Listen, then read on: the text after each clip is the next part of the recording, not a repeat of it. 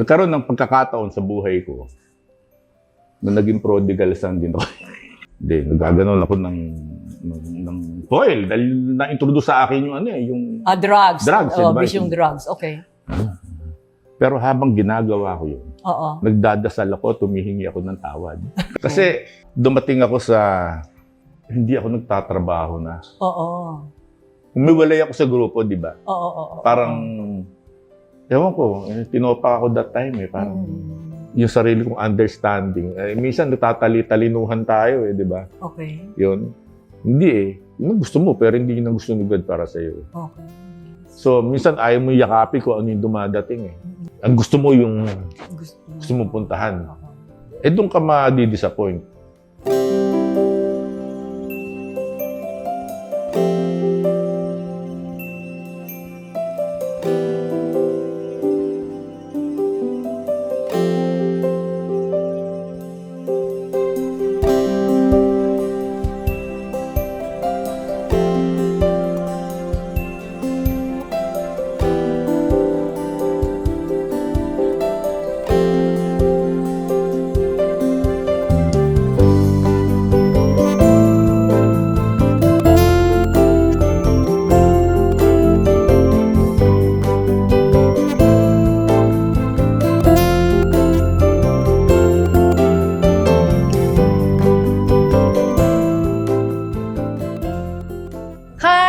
Back po sa Finding Hope with Ami. Unang-una gusto kong magpasalamat sa lahat ng subscribers natin, yung mga nag-like, nagko-comment, yung mga prayer requests po dyan. Asahan ninyo, binabasa ko po lahat yan namin at pinagdadasal po namin kayo. At dun sa mga may suggestions pa, pwede po yan. Tinatanggap namin yan. Salamat sa inyong lahat. And speaking, pasasalamat. Nagpapasalamat ako sa kaibigan ko na pumayag mag-guest ngayon. Isa po siyang napaka-talented na tao. Magaling na aktor. Naku, lalo na pagkatatay ang labas. Talaga nararamdaman ko yung pagkatatay niya.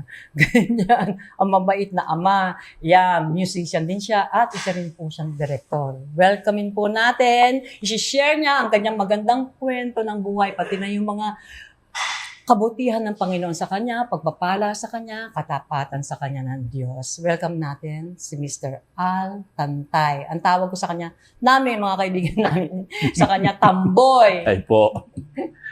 Gandang araw po sa lahat. Thank you, kapatid. O, pinagbigyan mo ang Finding Hope with Ami. Ako naman. Ikaw pa. Kamusta? Salamat. Kamusta? Ito, mabuti. Ayos naman. Hindi na ako nagdaday ng buhok. Bayaan ko na. Okay. Gwapo pa rin. Diba? Yun. Oo. Ang ganda ng skin. Sana. Oo naman. Uy, kwento mo naman sa amin. Ano ba yung dati mong buhay? Maski na summarize mo lang bago mo nakilala ang Panginoon. Ang totoo, siguro baka si pwede ko sabihin isa ako sa maswerte kasi pinanganak ako sa pamilya ng Kristiyano na pamilya. So, sa totoo lang, nang nagsisimula ako magkaisip, kasama na sa buhay ko yung si God Okay. Ganun I-introduce sa akin ng pamilya ko. Nung bata ako, meron kami mga Bible studies. Every Sunday. So, hindi ako lumayo sa piling ng Diyos. Hindi ako nawala. Yung Proverbs 22:6.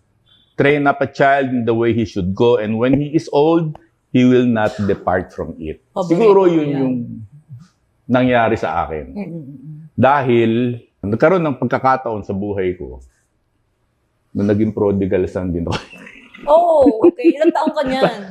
Ay, siyempre, nung kumikita na ako, alam mo naman, di ba? Napasok ko sa show. Ilang taong ka na napasok sa showbiz? Mga 20.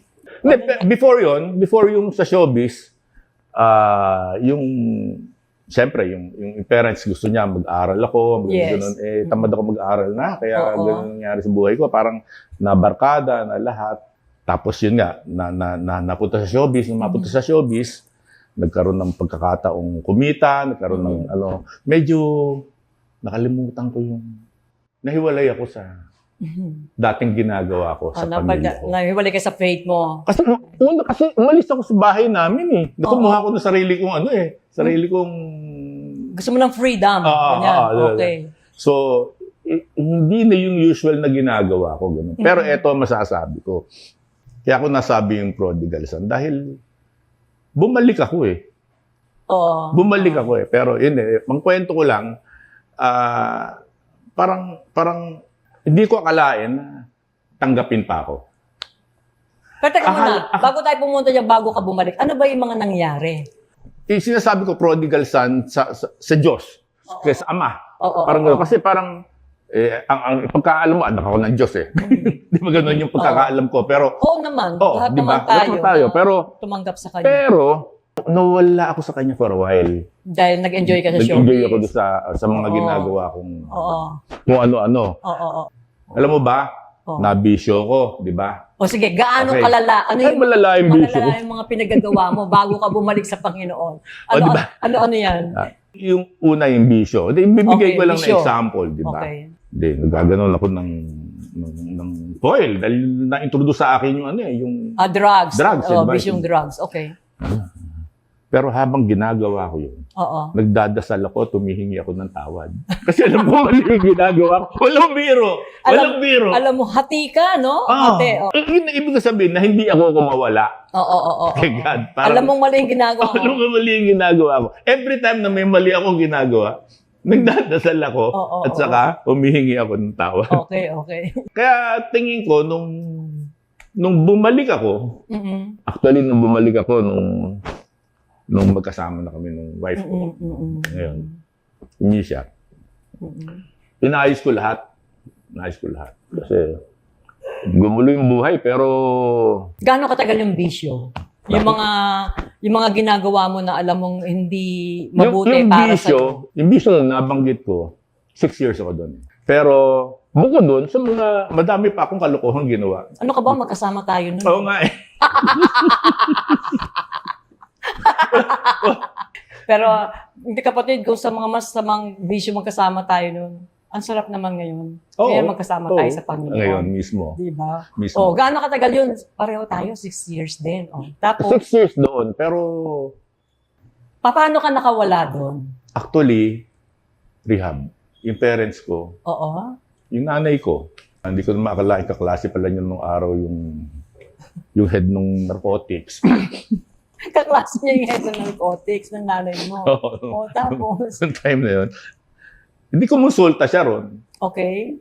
Di pinuntahan ako ng mga Buti alam ng parents mo na ano ka. actually, nasa Amerika siya. Oo, Yung tapos, mother ko. Ang mula na yung dad ko, wala na. kanino niya nabalitaan na anak niya yung napapayuan Hindi, na? syempre, pinaparating na sa kanya yung mga pinagagagawa ko that time. Oo. Siguro, iniisip niya, baka mamaya maibenta ko na yung mga properties niya na hindi niya alam. Ano pinagagawa mo? Nagbebenta-benta ka na. Meron na ako mga ganung-ganung sitwasyon. Para may pambili lang ng drugs. Kasi dumating ako sa, hindi ako nagtatrabaho na. Oo.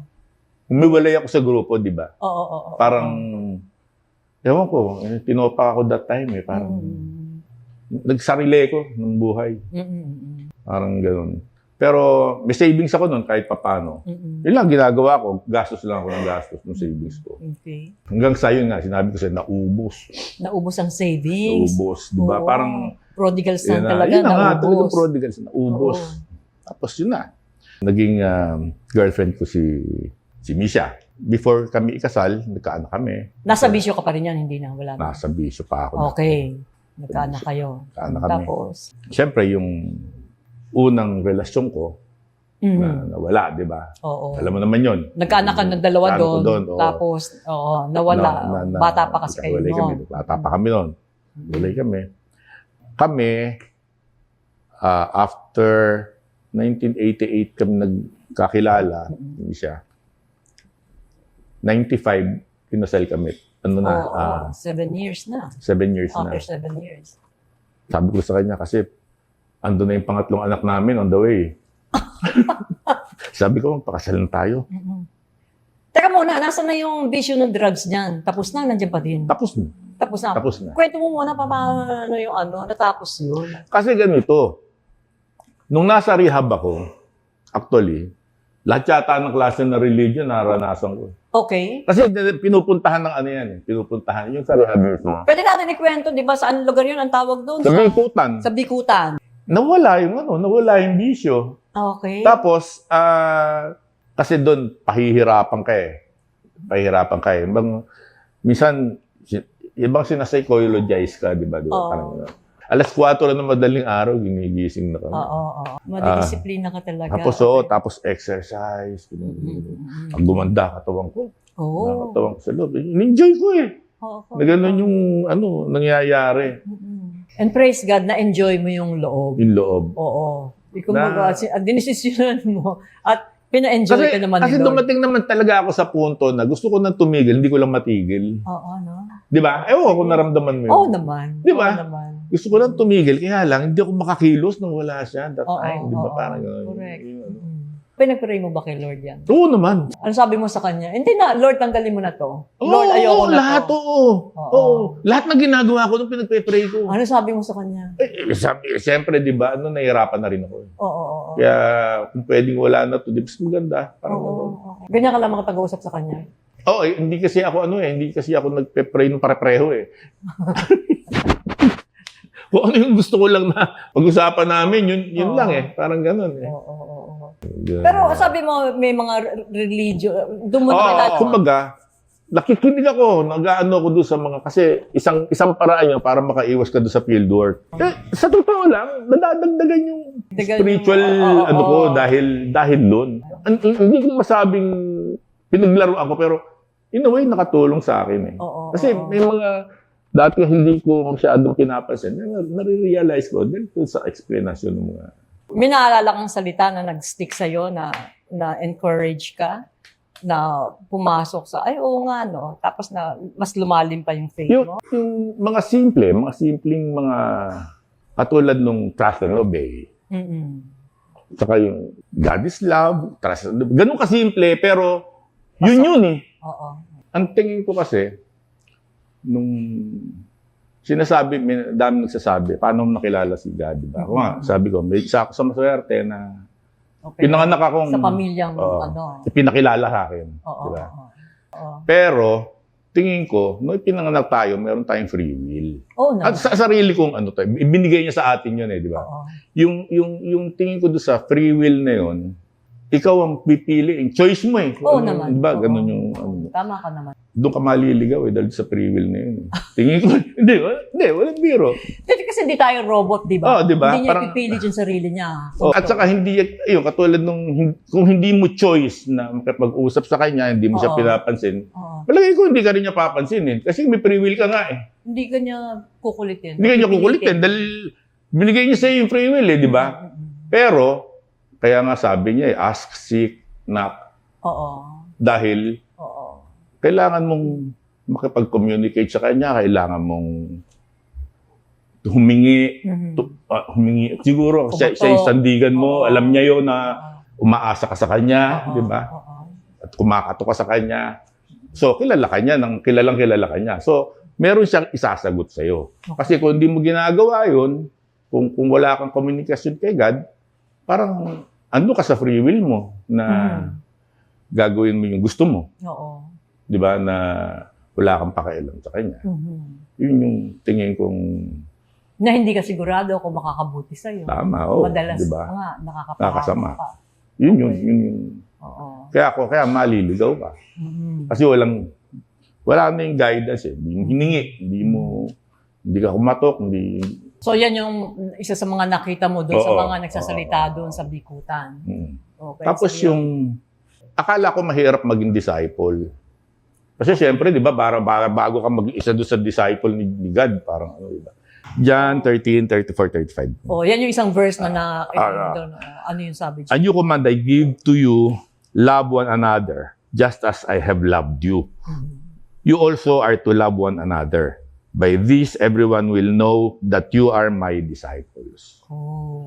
If you love one another. Okay. Di ba? Malalaman ng ibang tao na disipulo ka niya kasi. And the way to express your love sa ibang tao is to disciple them. So anong ginawa mo para makapag-disciple ka? Ayoko gumawa ng masama sa kapwa ko dahil pag mahal mo kapwa, hindi gagawa ng masama sa kapwa mo. Parang gano'n. Tapos ginaguide mo sila papalapit kay Lord. Oo. Saka ako, lalo na sa sa family, Okay. actually, sa totoo lang, siyempre, inuuna ko yun. Mga anak ko, gusto ko Importante, ganun sila. i-disciple mo yung mga anak mo, di ba? Oo, ganun. Maski na yung isang anak ko, parang meron siyang katwiran na kung pupunta ako ng church, dahil pinipilit lang ako, parang ganun. May ganun silang mga sinasabi. Siyempre, mga bata pa. Sabi ko, hindi naman, sabi ko sa kanya, hindi naman ako yung namimilit lang sa tatay mo ako. Kanya-kanya ng buhay yung mga anak ko kasi. Pero basta importante, may personal na relasyon sa Panginoon. Okay. Yun, meron naman lahat. Kami ng wife ko, marami kami na experience na blessings galing kay God. Teka muna, lumabas ka ng rehab Rehab. after 11 months. Ganyan. Okay ka na. Sabi mo, mas lumiwanag, mas gumanda. And then, bumalik ka dun sa bahay Wala natin. wala akong trabaho. Wala kang trabaho. Di ba? Alam mo ginawa ko? Ang ginawa mo.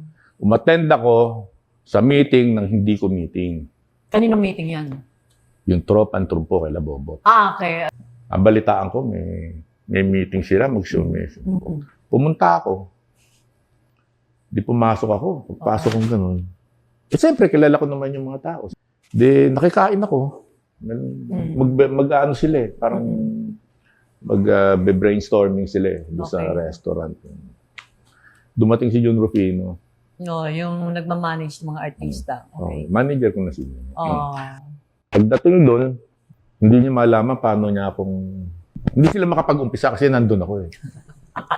May gate crash. Di ba? Parang gate crasher eh. Di ba? Oo. Ginawa niya, hiniyaya niya ako sa isang table. Oo. What can I do for you? Ginano niya ako. Sabi ko, mag-apply akong writer. Okay. Kanino mo nabalitaan na may meeting doon? Kaya Bobot. Okay. Sige. Sabi ko, gusto mag writer. Kompleto na yung Writers. Yung may pool na eh. Sabi ko, kung maano ako eh.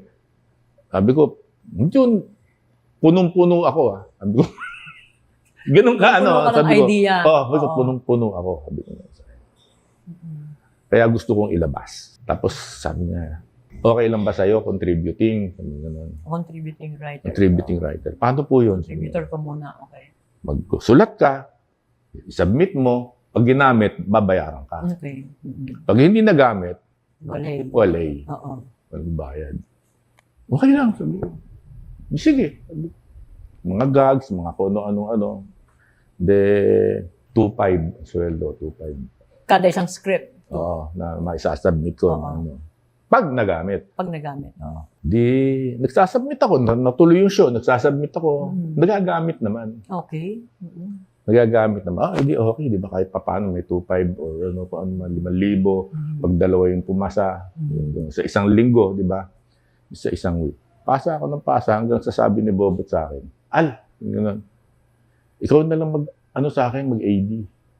De, nag-assistant director ako kay... regular na. Bobot. Diba? Nasweldo ko, may sweldo na ako. May sweldo ng regular. Pero hindi ko tinitigil yung pagsusulat ko. Okay. Ko-contribute ka pa rin. Until nagawa ko yung Battle of the Brainless. Sa'yo yun. Yung Battle of the Ako Brainless. nagsusulat nun. Grabe. Ako nagsusulat kasi noon. Oo. Kasi fan ako ng Battle of the Brains noong araw.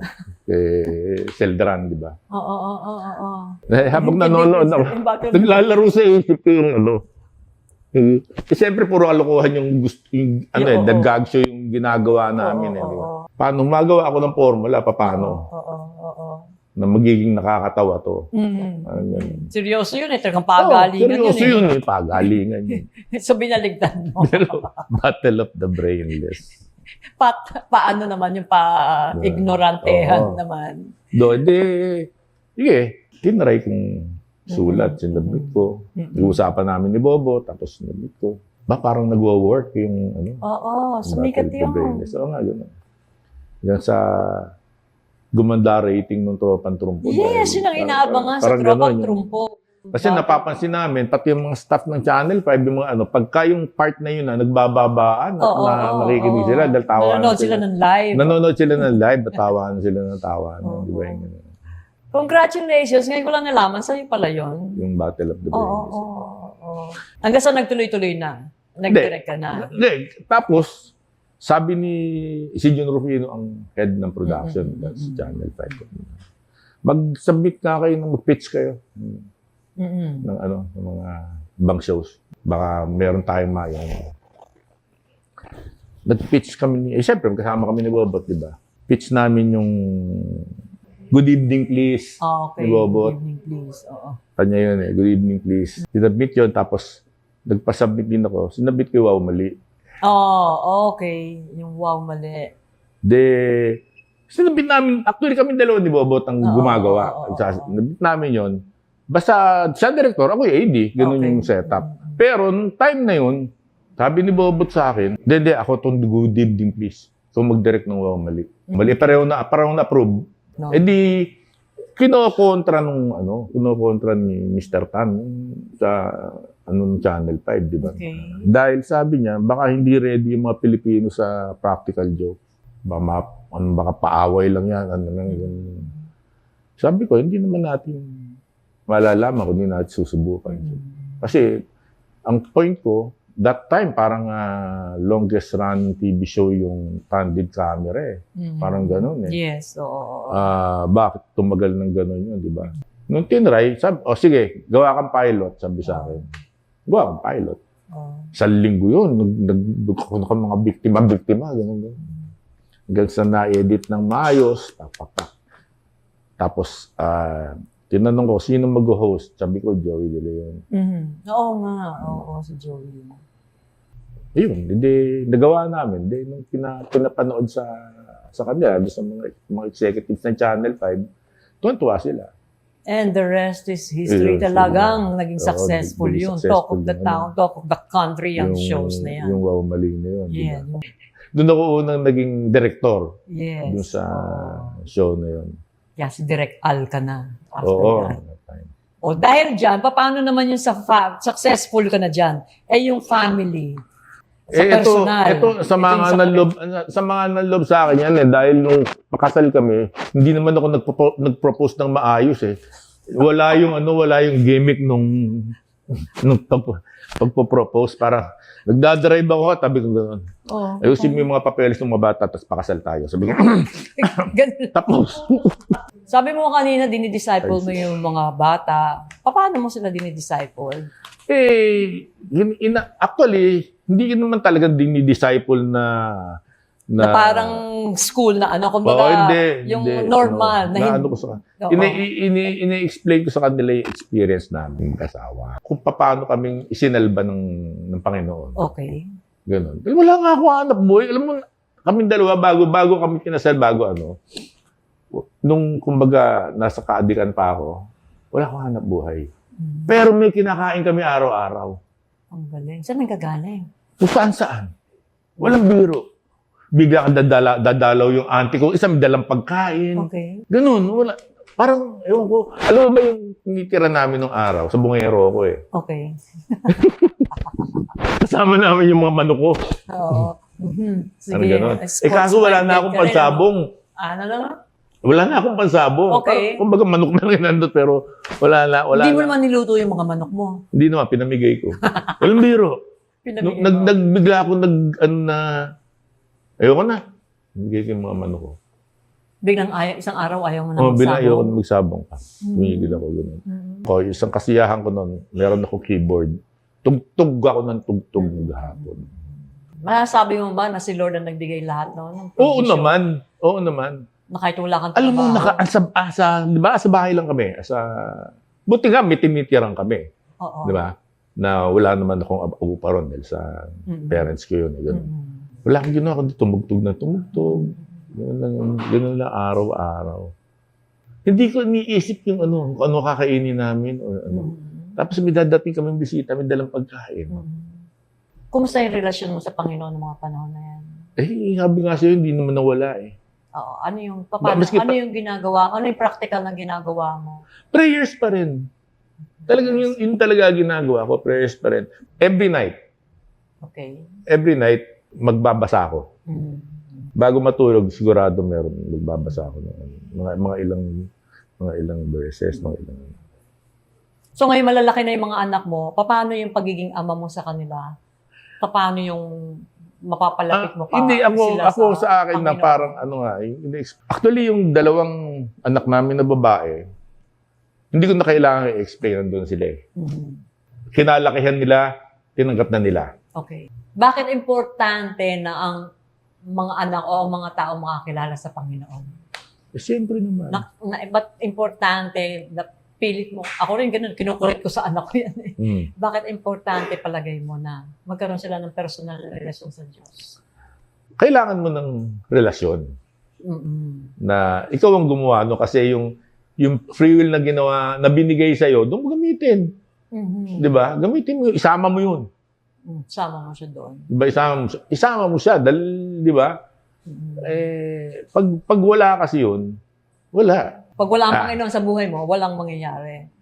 Walang magandang Kasi, di mangyayari. ba? Una-una, I am the way, the truth, and the life. Walang Dating makakapunta sa Ama. sa Ama, hindi Sa pamamagitan true sa kanya, ng pamagitan Panginoon na. Jesus. Okay. Di ba?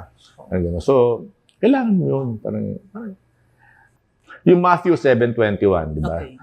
Not everyone who calls out to me, Lord, Lord, will enter the kingdom of heaven. Only those who actually do the will of my Father in heaven will enter. Mhm. Parang, ayun, sabi ko nga, nagdadasal ka, nag-ano ka, pero parang kulang eh. Mhm. Kailangan mo pa rin nung mas anong relasyon eh, Mhm. kay God eh. Di ba? At ano yun, gusto kong ipamana niya yun sa Mga anak apo din mo, niya, oo. sa mga apo ko.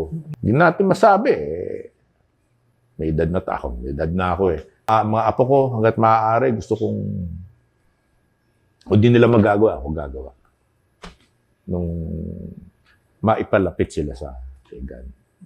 Kung ano yung ginawa ng mga magulang ko sa akin, gano'n din yung gusto kong kalakihan nila. Alam mo, naiiyak ako sa'yo. Bakit? Kasi, di ba yung ibang magulang, ay, mag-aral ka, ito ka, magpayaman ka, ganito ka, ano ka, kailangan successful ka, sumikat ka, fame, ganun. Pero ikaw, hindi eh.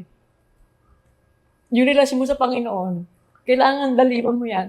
Hindi yung pera, hindi yung material yan. Hindi, yung si Lord. Kaya, isa pa Si yan. Lord. Yung pera na yan, naiintindihan ko bakit di ako yung mayaman eh. Kasi, sabi nga ni God, di ba? Mas madali pa pumasok yung camel sa butas ng karayon. Kaysa makarating sa langit yung mga sobrang yayaman na. Oo. Yan ang mga issue natin ngayon dito sa bansa natin, yung mga kayamanan eh. Pero 'di ba? Yung ano eh. Oh, of course, kailangan mag-prepare tayo. Tulad ng 'di ba, yung ayusin mo yung future mo, lahat ganyan. Pero sabi nga it's a disaster not to prepare for your life after this life. Oh, tamang nag-aayos tayo ng buhay natin dito, pero yung pupuntahan mo pagkatapos nito, paano na? Kaya Saan ka dadamputin? Kaya, Dali. believe ako sa'yo na importante na pinupush mo yung mga anak mo. Yun ang pinakamagandang gagawin ng isang padre de pamilya para sa kanyang pamilya. Pero nung bata ka noon, ano yung mo? Saan mo nung yung medyo nawala ka sa Panginoon? Ano yung inaakala mo makakapagbigay ng saya sa'yo na hinahanap mo sa ibang bagay? Actually, sa totoo lang, kasi nga dahil walang direksyon, hindi ko alam eh. Hindi mo alam. Hindi ko alam. Basta, kung ano nandiyan, sama lang ako ng sama. So, nabalik lang yung relasyon mo ulit kay Lord. Kumbaga, parang nawala yung fellowship eh. Oo, nawala. Pero Bumalik syempre, to nung inayos ko yung pamilya. nung inayos mo na. Tapos nung nagpakasal na kayo. Oo, pasal na kami. Wow, iba na talaga. Doon talaga nagsimula. Oo. So, nung nasa Panginoon ka lang, sabi mo, nung simula nung nung kinasal kayo, mas inayos na ni Lord. May blessing niya na no? Oo. Iba yung may Yun ang blessing totoo. Yung nagkaroon na ng blessing. Oo. Talagang... Nung kinasal na kayo, Pero before yun, nagparamdam na siya sa amin. anong ramdam? Anong pinaramdam? Ay, Paano yun nga, pinaramdam? never niya kaming pinabayaan. Andyan pa rin yung presensya niya. Oo. Na hindi ka iniwan. At pinag-uusapan namin yun araw-araw. Araw-araw na, galing ni Lord. Oo. Kahit Oo, may trabaho, oo. may pagkain tayo. Walang biro. Talagang Tapos nung sabi, ayusin na yung kasal, ayusin papeles ng mga bata, Ayun. naayos na. Ayos na. Ayos Ano, lahat. And yun then nga yung yung dumating na yung punto na isipin mo, gusto ko makabalik lang na makapag-artista. Naging director pa ako. Oo. Akala ko, dahil nagsalbahe ko, Wala na. pababayaan ako. Hindi eh. Parang, never naman kaming nagkulang, never kami kinapos. Although, hindi naman kami talagang, Sadsad na sadsad. Hindi naman. Hindi naman. Hindi. Pero kumpara mo sa dati. Actually, sa totoo lang, umabot kami sa sadsad na sadsad. Talaga? Oo. Umabot sa ganun? Umabot. Wala talaga. Gano'ng kasadsad na wala. Bibili ko ng 7 pesos na, alam mo yung pinakbit na gulay. Sa palengke, hilaw pa? Palengke. Yung Oo. ganun. Pero nasa package na yan eh. Oo. Putol-putol Oo. na. Oo. Okay. Para may kainin kami. Ewan ko, parang, minsan talagang talagang zero eh. Zero kami, walang pera. Pero hindi kayo pinabayaan. Hindi kami pinabayaan. Hindi, parating may dadating, parating may tutulong, parating may na hindi namin, walang effort na ginawa kami. Yun yung ibig sabihin. So, talagang, kami dalawa, nararamdaman namin eh. May ginawa si Dad. Ito, may dumating may parang gano'n. Amen. Amen. Talagang ginaid kayo sa lahat. Tapos pati pa sa trabaho. At binigay lahat ng pangangailangan. Pinrovide lahat ng At pinagpapasalamat ko yun. Doon sa mga taong nakaka-experience ng mga challenges sa buhay nila or ano yung may babahagi mo sa kanila na nagawa ni Lord sa'yo na para maging inspirasyon din sa kanila. Maging ganun ang gawin nila. Dahil nga siguro doon sa hindi ako bumitaw, hindi ako nawala, hindi nawala sa ko yung relasyon sa kanya in a way. Kahit na kung ano-ano na yung kalokohang ginawa ko, kung saan-saan na ako napunta. Naramdaman ko talaga yung pagmamahal niya. So, gusto ko maramdaman din ninyo lahat yun. Okay. Kasi iba eh. Pag alam mong mahal ka ni God, di ba? Pag alam mong tsaka dapat, mahalin mo din si God. Mahalin mo rin, di ba? Yun yung gusto niya eh. Kaya nga pati kapwa mo, mahalin mo. Wala, talaga God is love. Love. Love talaga. Wala na akong ibang kasi pag mahal mo ang kapwa mo, wala ka nang maling gagawin. Tama yun. Di ba ako, yun ang ko, pag mahal mo si God, mahal mo yung kapwa mo, hindi mo gagawin yung mali sa kanya. Mahal mo siya. Yun yung first 2 commandments, di ba? Sabi niya. Oo, pag sama-samahan mo yung commandments, sabi kay Lord Jesus, 2 lang. Love God, unahin mo, and then love mo yung kapwa mo, yung neighbor mo. Yun talaga. Tama ka. Wala kang gagawing masama. Oo. Kung may pagmamahal ka sa Diyos at sa kapwa mo. Sa kapwa mo. Maski nga feeling mo, may atraso sa iyo yung kapwa mo. Sinabi naman ni God siya nang bahala. Siya nang bahala doon. Huwag mo nang yun.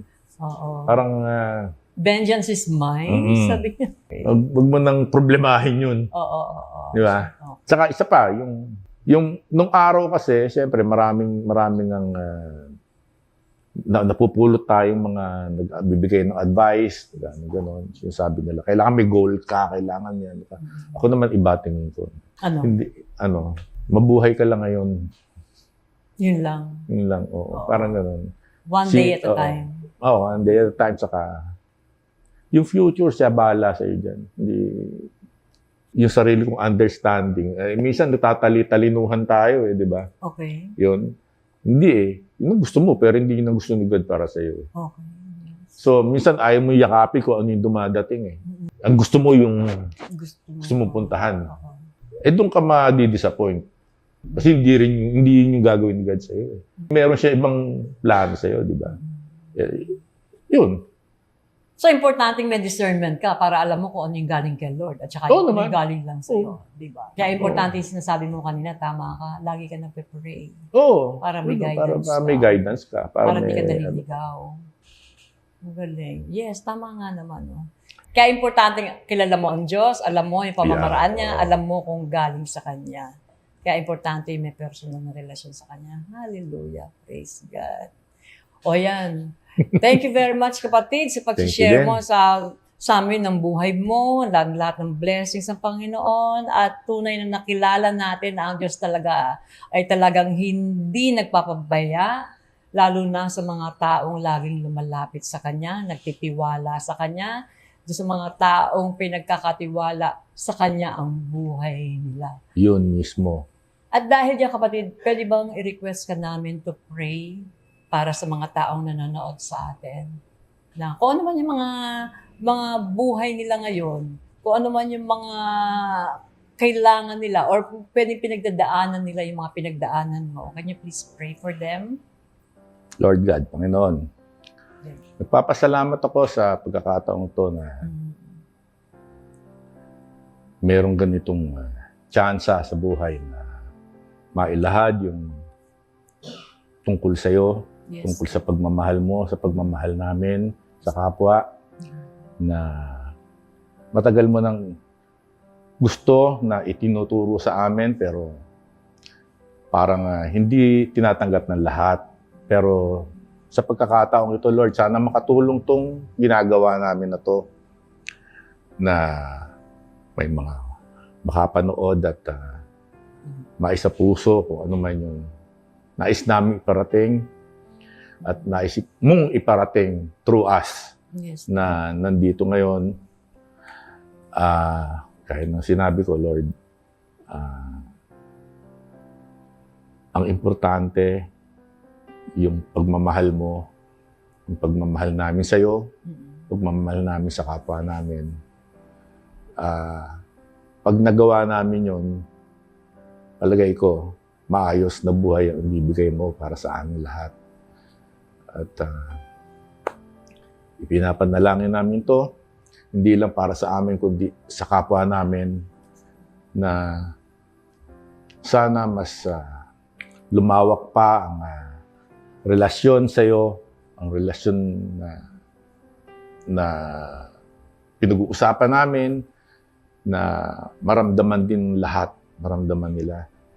Para din sa maraming mga magulang na maituro sa kanilang mga anak ang mga, Yes, Lord. Yes. mga bagay na ito, na makalakihan nila at hindi mawawala sa kanila yon kung hanggat maliit sila, hanggat bata sila, maituturo nila, hindi mawawala hanggang sa paglaki. Yun ang isa sa mga natutunan ko sa inyo, Panginoon.